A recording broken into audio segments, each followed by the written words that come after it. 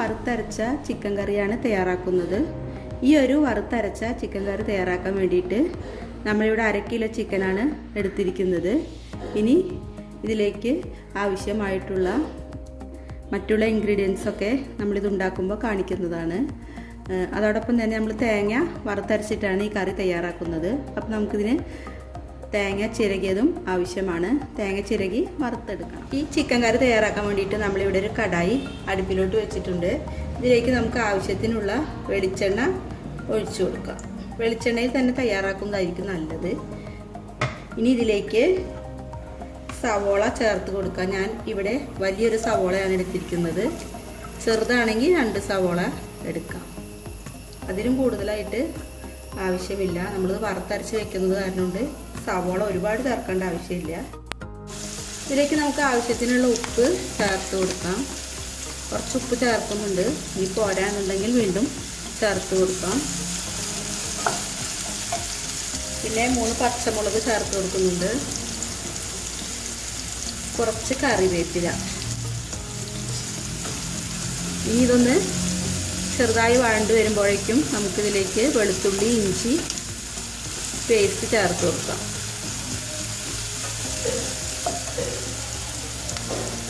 ഇനി നമുക്കിതിലേക്ക് 1 കുടം വെളുത്തുള്ളി ചതച്ചതും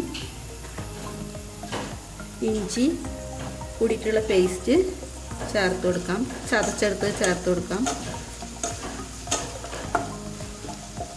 ഇനി ഇതൊന്ന് നല്ലവണ്ണം വഴണ്ട് വരുമ്പോൾ തക്കാളി ചേർത്ത് കൊടുക്കാം. ഇതിവിടെ ഒന്ന് വഴണ്ട് വന്നിട്ടുണ്ട്. ഇനി ഇതിലേക്ക് നമുക്ക് തക്കാളി ചേർത്ത് കൊടുക്കാം. 2 വലിയ തക്കാളിയാണ് ഞാനിവിടെ ചേർത്ത് കൊടുക്കുന്നത്. ഈ തക്കാളി ഒന്ന് വെന്ത് വരുമ്പോൾ ആവശ്യമായിട്ടുള്ള മസാലകൾ ചേർത്ത് കൊടുക്കാം. ഈ തക്കാളി ഇവിടെ ഒന്ന് വഴണ്ട് വന്നിട്ടുണ്ട്. ഇനി നമുക്ക് ഇതിലേക്ക് ആവശ്യമായിട്ടുള്ള മസാലകൾ ചേർത്ത് കൊടുക്കാം. അതിന് വേണ്ടിയിട്ട് ഞാനിവിടെ തീ ഒന്ന് കുറച്ച് വെക്കണം. മസാല പെട്ടെന്ന് കരിഞ്ഞു പോവും. 1/2 ടീസ്പൂൺ മഞ്ഞൾപ്പൊടി ചേർത്തിട്ടുണ്ട്. അതുപോലെ 1/2 ടീസ്പൂൺ കുരുമുളക് പൊടി ചേർത്തിട്ടുണ്ട്. 1 ടീസ്പൂൺ മുളക് പൊടി. അതുപോലെ 2 ടീസ്പൂൺ മല്ലിപ്പൊടി ചേർത്തിട്ടുണ്ട്. ഇനി ഞാനിതിലേക്ക് കുറച്ച് ചിക്കൻ മസാല കൂടി ചേർക്കുന്നുണ്ട്. ഇനി നമുക്ക് ഇതിലേക്ക് 1 ടീസ്പൂൺ പെരുംജീരകപ്പൊടി കൂടി ചേർത്ത് കൊടുക്കാം.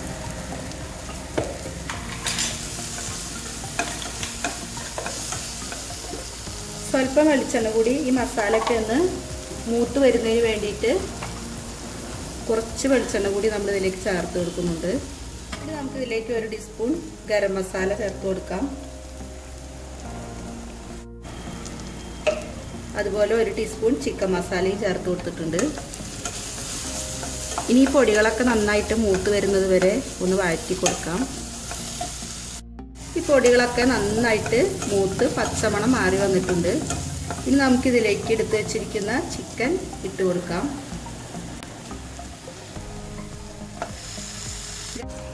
ഇനി 1 കപ്പ് വെള്ളം ചിക്കൻ വേവുന്നതിന് വേണ്ടിയിട്ട് നമ്മളിതിലേക്ക് ഒഴിച്ചു കൊടുത്തിട്ടുണ്ട്. ഇനി നന്നായിട്ട് മിക്സ് ചെയ്യാം.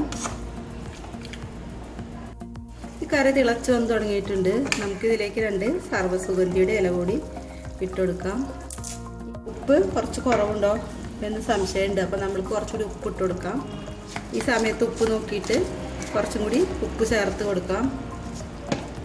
ഇനി ഇത് ഒന്നുകൂടി ഇളക്കിയതിന് ശേഷം നമുക്കിത് മൂടി വെച്ച് ചെറിയ തീയിൽ വെച്ച് വേവിച്ചെടുക്കാം.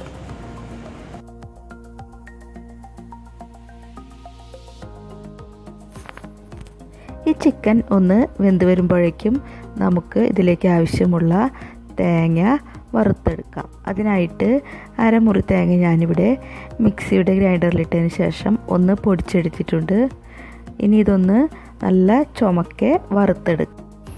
1/2 മുറി തേങ്ങ ഞാനിവിടെ 1/4 ടീസ്പൂൺ പെരുംജീരകവും 2 ചുവന്നുള്ളിയും ചേർത്ത് നല്ല ബ്രൗൺ കളറിൽ വറുത്തെടുത്തിട്ടുണ്ട്. ഇത് നമുക്കിനി നല്ല മഷി പോലെ അരച്ചെടുക്കണം. ഒട്ടും തരിയില്ലാതെ നല്ല പേസ്റ്റ് ആക്കിയിട്ട് ഒന്ന് അരച്ചെടുക്കാം. അതിനുശേഷം ചിക്കനിലോട്ട് ചേർത്ത് കൊടുക്കാം.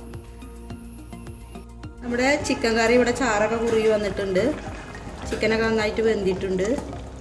ഇതിലേക്ക് അരച്ച് വെച്ചിരിക്കുന്ന തേങ്ങ ചേർത്ത് കൊടുക്കാം.